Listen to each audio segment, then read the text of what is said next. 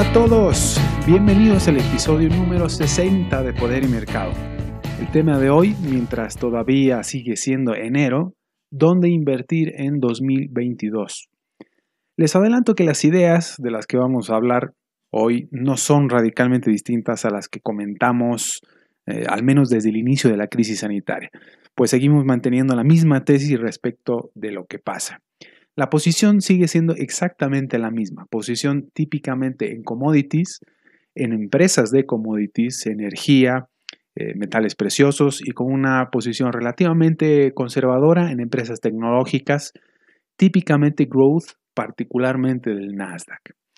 Pero vamos a ver, el departamento de investigación de una de las gestoras de fondos de inversión con las que trabajo ha dicho en su último reporte que durante la primera semana del nuevo año hubo fuertes ventas de acciones growth, una rotación en las acciones value y un fuerte incremento en las tasas de interés a largo plazo. Insisto, en la primera semana.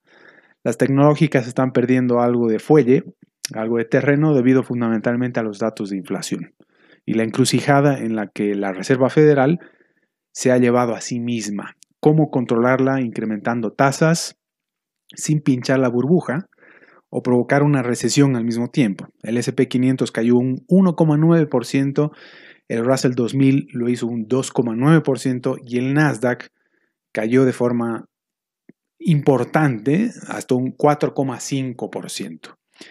Desde una perspectiva sectorial, para seguir describiendo las caídas hasta la primera semana al menos, desde una perspectiva sectorial, la tecnología, que cayó menos 4,7%, la salud, otro menos 4,7%, y los bienes raíces, un menos 4,9%, cayeron en conjunto más del 4,5%.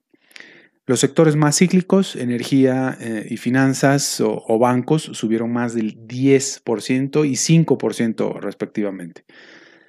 Ya habíamos hablado antes de cómo un fondo que está muy expuesto a aquellos sectores y activos que se cree que están más impulsados por las políticas de dinero fácil de los principales bancos centrales alrededor del globo, el fondo de Cathie Wood está perdiendo como en la guerra, de manera más concreta su Innovation ETF, bordeando pérdidas de ya casi un 50% desde máximos.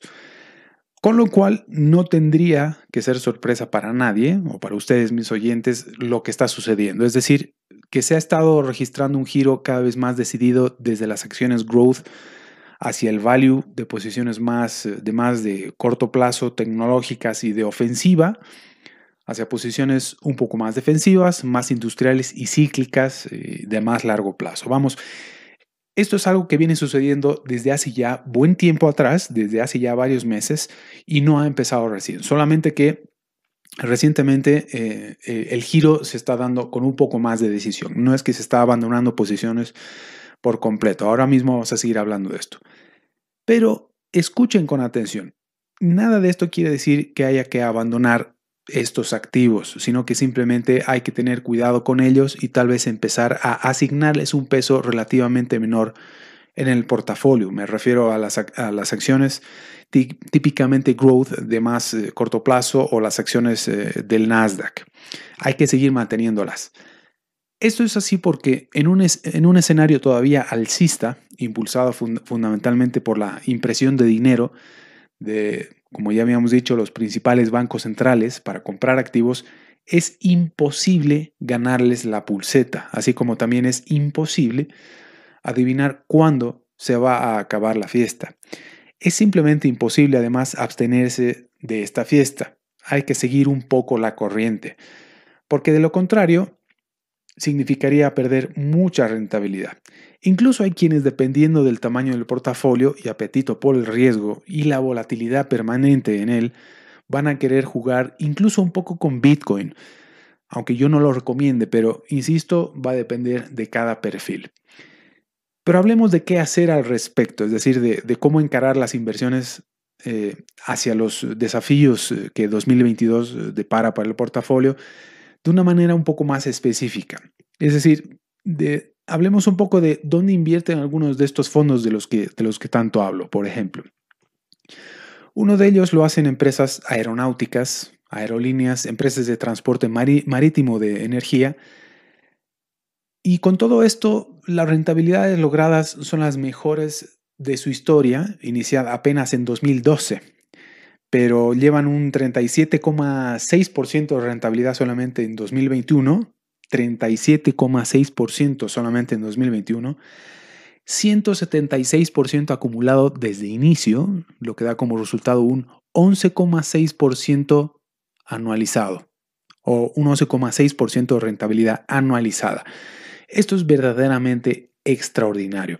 Otro fondo invierte en automotrices fundamentalmente europeas, en bancos, en small caps de comidas y bebidas de reapertura post-COVID, fundamentalmente europeas en sectores de energía como petroleras y empresas de perforación de pozos petrolíferos. Invierten también en minería de cobre, en empresas de minería de cobre, empresas químicas, fertilizantes y cuestiones muy similares. De esta forma, este fondo ha alcanzado una rentabilidad acumulada de nada menos que el 45% solamente en 2021. Entiendo que estas cifras pueden resultar muy extravagantes. De hecho, este es uno de los principales problemas que he tenido siempre. Los clientes prefieren inclinarse o se inclinan por la confianza que les da la marca de un gran banco americano, con más de uno de ellos también trabajo, y prefieren conformarse con rentabilidades del 4 o 5% anual porque entienden que esa rentabilidad es sinónimo de bajo riesgo y que por el contrario, cuando escuchan estos niveles de rentabilidad de 2 dígitos, piensan que se trata de fondos de high frequency trading o simplemente de una estafa y dejan de escuchar cuando en realidad no puede haber peor interpretación de lo que son las elevadas rentabilidades y sobre todo el método de inversión.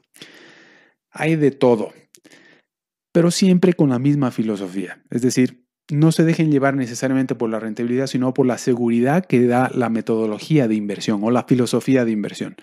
Son carteras preparadas para el tipo de entornos que estamos viviendo ahora mismo, justamente, que se benefician de entornos de volatilidad, incertidumbre creciente, entornos inflacionarios, pero todavía alcistas y todavía con crecimiento en la economía real.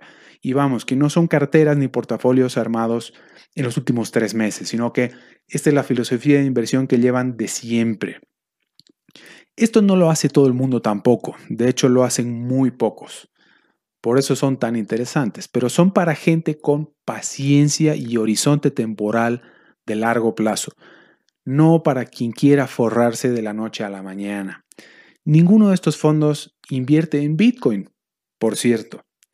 Hay otro fondo que, por ejemplo, invierte en otro tipo de cosas un poco más extrañas, pero no por eso menos interesantes, como macrotendencias de inteligencia artificial, robótica, exploración espacial, y no digo mucho más, porque si acaso alguien presta algo más de atención a mi trabajo, por ahí termina descubriendo o por ahí termino yo revelando algo que aquello por lo que cobro, que está logrando rentabilidades igualmente extraordinarias. Me lo guardo para mí, por supuesto. Dicen que enero marca lo que va a ser el resto del año y esto es lo que están haciendo algunos fondos ahora mismo. Enero marca lo que va a ser el año, pero más aún lo que ha sido la primera semana de enero. Algunos de estos fondos todavía no han entregado su habitual carta del último del último trimestre de 2021, lo que es al mismo tiempo, lo que sería al mismo tiempo la carta de inicios de 2022. Lo hacen por motivos obvios. Pero con seguridad que no va a haber sorpresas. Su principal característica es precisamente marcar la tendencia del aburrimiento. Invierten en empresas con marcada trayectoria y de sabidas políticas internas. Y si acaso existe volatilidad, aprovechan para reforzar algunas posiciones o esperar que alguna se corrija para finalmente entrar en ella que consideraban antes relativamente cara. Pero no va a haber mucho más que eso. Habrá algún cambio, pero insisto en decir que son tendencias de muy largo plazo y que han sido elaboradas ya ni siquiera desde hace meses, sino desde que abrieron los propios fondos. He visto algunos asesores, por cierto, que diciendo que 2022 va a ser el año en que los inversores van a verse obligados a cambiar de posición radicalmente, por no decir que este va a ser el año del fin del mundo.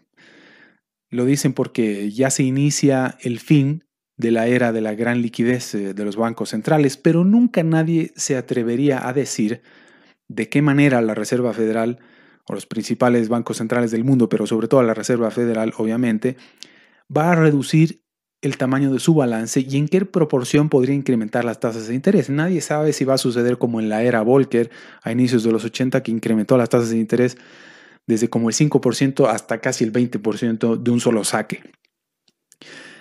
Ciertamente es imposible decir cuándo va a ser el fin del mundo. Si hubiera ganado solamente un centavo por cada vez que he escuchado decir esto a algún experto, entre comillas, quién sabe a qué me estaría dedicando hoy en día. Esto no quiere decir, por cierto, que los motivos por los que advierten serios problemas con los mercados y la economía global en general no están en lo correcto.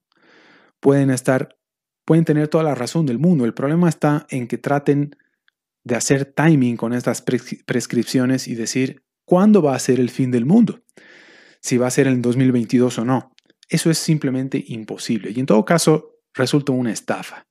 Tal vez puedan acercarse un poco, pero ninguno de estos fondos de los que tanto les hablo se atrevería a decir semejante cosa. En todo caso, la filosofía de inversión trata de alejarse lo más posible, de tratar de prever qué es lo que va a suceder con los mercados. Eso no quiere decir tampoco que no estén atentos a las políticas que vaya a tener la Reserva Federal o cuáles van a ser las políticas de estímulo de tal o cual gobierno. Pero ciertamente prefieren mantenerse alejados y no tener que lidiar con ese problema. Sabemos que esto es simplemente imposible. Acordémonos, por ejemplo, que 2021 fue un año que empezó con unas elecciones muy controvertidas en Estados Unidos, con un déficit creciente y un mundo en pandemia donde las vacunas apenas empezaban a ser producidas y repartidas, pero aún así el S&P 500 ganó un 26,9%. Es decir, no fue el fin del mundo 2021 y no tendría que ser, por distintos motivos que expusieran estos expertos, el fin del mundo en 2022. Por eso, hagamos las cosas de la manera más racional posible y sin tratar de descubrir la pólvora, que incluso así es posible lograr rentabilidades extraordinarias. Estos fondos no lo han hecho tan extraordinariamente bien como en 2021 siempre. De hecho, han tenido malas temporadas. Pero a lo que me refiero es, aunque tengan rentabilidades extraordinarias, lo más importante es la seguridad que ofrece la metodología y filosofía de inversión.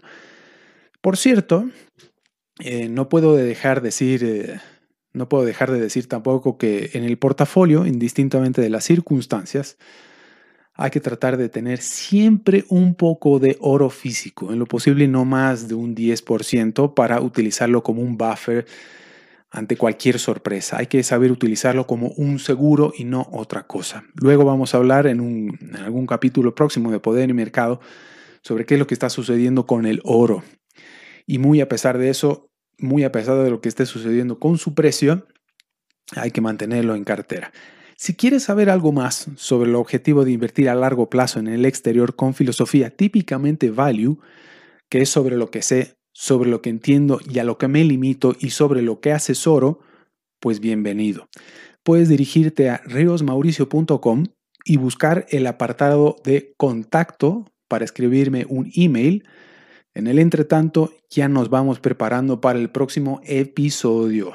Un saludo.